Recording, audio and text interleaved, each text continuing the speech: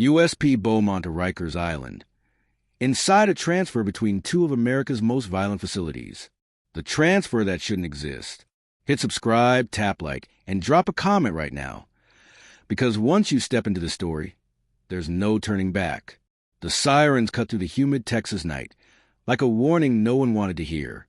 On a dark stretch of highway outside Beaumont, a convoy of unmarked vehicles slowed to a crawl. Headlights washed over concrete barriers, razor wire silhouettes, and armed figures standing motionless in the glow. This wasn't routine prison transport. This was something else entirely. Inside the lead van sat Marcus Hale, wrist cuff low, ankles chained, eyes fixed forward. He had survived 15 years inside USP Beaumont, a federal prison known for housing men the system considered too volatile, too connected, or too dangerous to place anywhere else. Hale was all three. Officially, his file labeled him a high-risk inmate with extensive organizational influence. Unofficially, guards whispered a different phrase when his name came up: untouchable. The paperwork said he was being transferred to Rikers Island, New York City's most infamous detention complex. To seasoned federal officers, the destination made no sense. You didn't move a man like Hale from a controlled federal environment to a chaotic city jail unless something had gone very wrong, or unless someone wanted him there. 3 hours earlier, inside a sealed office at USP Beaumont, Warden Paul Keegan had signed the final authorization with a tight jaw and shaking hand. Keegan had spent his career keeping violence contained, not exporting it. But the order hadn't come from Washington channels he recognized. It arrived through a quiet back door, stamped urgent, classified, and non-negotiable. As the convoy rolled forward, none of the officers noticed a black sedan several car lengths behind, matching their speed, lights off. In New York, Detective Lena Morales stared at a crime scene photo glowing on her desk. A corrections officer lay slumped against a service stairwell on Rikers Island, his expression frozen in surprise rather than fear. No visible injuries. No signs of a struggle. Just a man dead in a place where danger was expected. Yet nothing added up. Morales had worked Rikers-related cases for years. She knew the patterns, the gang disputes, the smuggling routes, the internal corruption that thrived in overcrowded shadows. This scene didn't fit any of them. What bothered her most was the time of death. The officer had been alive less than an hour before a sealed federal transfer notice hit the Rikers intake system. The name on that notice made her pause. Marcus Hale, back in Texas. Hale felt the shift long before the van crossed state lines.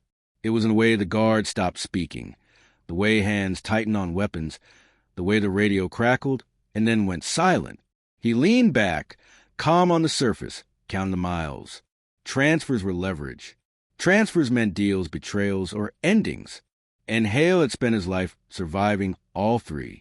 What no one knew, not the guards, not the warden, not even Hale himself, was that this transfer had already claimed its first casualty. Morales dug deeper, pulling sealed federal records most city detectives never touched. Hale's past wasn't just violent, it was strategic. He had testified once, years ago, in a federal corruption probe that collapsed before it reached trial. Names were buried. Careers ended quietly. And now, with a city jail already under scrutiny, Hale was being dropped into the middle of it like a lit match. At Rikers, word spread fast. An incoming federal inmate from Beaumont wasn't just news. It was a threat. Gang leaders recalculated alliances. Guards took sides without admitting it. Someone leaked Hale's arrival time before the transport even left Texas. That night, Morales received an anonymous message on her work phone. No sender. No explanation. Just 6 words. He's not being moved. He's being silenced. She looked back at the photo of the dead officer, then at the transfer order timestamp. For the first time, she considered the possibility that the crime scene in front of her wasn't the beginning of the story. It was the warning. Miles away, the convoy crossed into Louisiana. The black sedan stayed close. And inside the transport van, Marcus Hale finally smiled, because he realized something no one else had yet. The transfer wasn't meant to protect anyone. It was meant to make sure someone never made it out alive. The price of arrival. By the time Marcus Hale's transport touched New York soil, the plan had already started to unravel. The convoy didn't roll straight into Rikers. Instead, it diverted to a federal holding facility near the city's edge, a concrete box designed for men who couldn't be trusted anywhere else. Hale noticed the deviation immediately. Routes were predictable. This one wasn't. He said nothing, but his mind raced, mapping possibilities. Someone was stalling. Someone was nervous. Inside Rikers Island, Detective Lena Morales moved faster than protocol allowed. She interviewed guards who hadn't even filed their reports yet, pressing them with questions they weren't trained to answer. Most claimed ignorance. A few claimed exhaustion. One young officer, barely a year on the job, cracked under the pressure. "There's a list," he said quietly, eyes fixed on the floor. "Names that come down from above. People we're supposed to watch. People we're supposed to leave alone." Morales didn't ask which category Hale fell into. She already knew. While she worked the inside, trouble brewed on the outside. The anonymous sedan that had followed the convoy peeled off near the city, disappearing into traffic. Hours later, a burner phone lit up in a Brooklyn apartment. A voice spoke 3 words, calm and final. "He's arrived. Soon." At the holding facility, Hale was escorted into a solitary intake room. Cameras watched from every corner, their red lights blinking steadily. A federal supervisor read transfer conditions from a tablet, his voice flat, rehearsed. Hale listened politely, then leaned forward just enough to lower his voice. "You moved me because someone's scared," he said. "The question is who?" The supervisor didn't respond, but his silence was answer enough. Morales received another message before dawn. This one included a timestamp, a location, and a warning, "Don't let him cross the bridge." She recognized the bridge immediately, the narrow passage connecting the holding facility to Rikers Island. If Hale made it across, the city would inherit a problem it couldn't control. If he didn't, the truth might disappear with him. She requested emergency access to federal transport logs. The request was denied within minutes. That denial told her more than approval ever could. At the same time, internal tensions at Rikers boiled over. 2 rival groups clashed in a housing unit far from the transfer wing, pulling staff and attention away exactly when Hale was scheduled to arrive. The timing was too precise to be coincidence. Morales drove hard through pre-dawn traffic, sirens off, mind sharp. She called an old contact inside the Department of Corrections, someone who owed her a favor from years ago. He answered on the second ring. "They're setting the stage," he said. "If something happens during intake, it disappears in the chaos." At the holding facility, Hale was moved again, this time toward a loading bay. He caught a glimpse of dawn through a high window, the sky bruised blue and gray. He'd survived long enough to recognize patterns. This was the moment where plans either succeeded or collapsed. As the transport doors opened, a sudden alarm blared inside the building. Not a drill, a systems alert. Lights flickered. Guards shouted conflicting orders. Hale stood still, hands restrained, watching men with guns look at each other for direction that never came. Outside, Morales screeched to a stop, badge already in hand. She pushed past the first barrier, shouting names, demanding authority. Someone recognized her. Someone else hesitated. That hesitation saved a life. In confusion, a single shot echoed from inside the bay. Not aimed at Hale, but close enough to send a message. The plan was active now. No turning back. Morales burst through the doors just as Hale was forced to his knees. Guards scrambling, commands overlapping.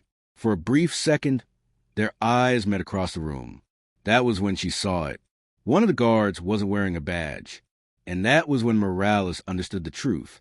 This wasn't a transfer gone wrong. It was an execution disguised as procedure. The bridge no one was meant to cross. The man without a badge moved first. Morales shouted, but her voice drowned in alarms and echoing orders. The imposter guard reached for his weapon, eyes locked on Marcus Hale. Not with anger, but with relief, as if finishing this would finally let him sleep.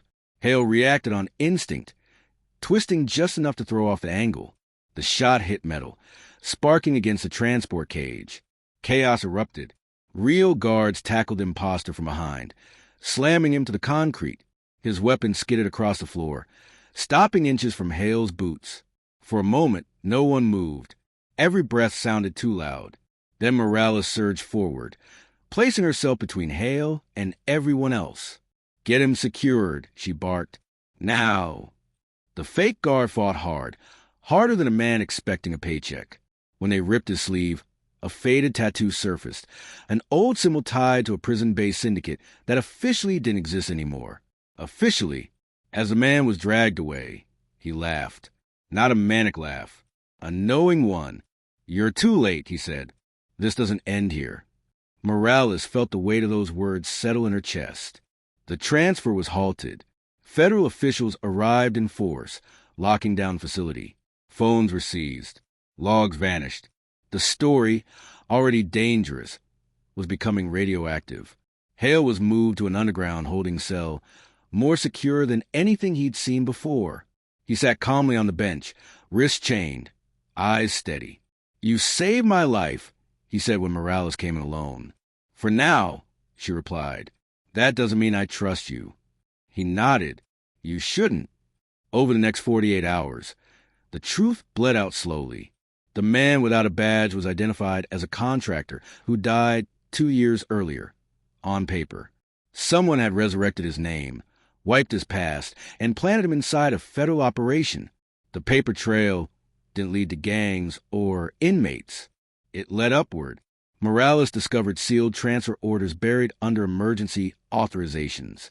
Hale hadn't been moved because he was uncontrollable. He'd been moved because he knew something. Something about a decades-old murder tied to a federal informant who'd since become untouchable. Hale had been the last loose end. Rikers wasn't the destination. It was the cover. The real plan was for Hale to die quietly during intake, his death written off as interfacility violence. Case closed. Secrets buried. But Hale had survived, and that made him dangerous. A closed-door meeting followed. Federal suits. State officials. Quiet threats disguised as concern. Morales was told politely to step back. Hale would be rerouted again, this time under maximum federal discretion. No press. No records. She refused. Instead, she leaked just enough information to force oversight. Timestamps, altered logs, one photograph of the imposter guard mid-arrest. Not enough to expose everything. Enough to make sure nothing could be erased. The fallout was immediate. Transfers across multiple states were suspended. An internal investigation was announced. Quiet resignations followed. Names disappeared from directories overnight. Hale was finally moved, but not to Rikers. He was sent back into federal isolation, deeper than before, somewhere with no bridges, no public roads, and no mistakes allowed. As he was escorted away, he stopped once, turning to Morales. "They'll say this was about me," he said. "It wasn't. It was about what happens when the system decides someone is too inconvenient to stay alive." She watched him disappear behind reinforced doors, knowing he was right. Weeks later, the official report concluded there had been procedural failures, but no criminal conspiracy. The imposter guard's death in custody ruled a suicide, closed the last open question. Almost, because 3 months later, Morales received a package with no return address. Inside was a flash drive and a single note. "You stopped the transfer." Not the truth. The files revealed names, dates, and one future transfer already scheduled. Another inmate, another bridge. The story wasn't over. And if you felt that chill run down your spine, you already know why stories like this matter. Drop a comment and tell us where you're watching from. Like the video, if this case pulled you in. Share it so the truth travels further. And subscribe, because the next transfer might already be happening, and you won't want to miss what comes next.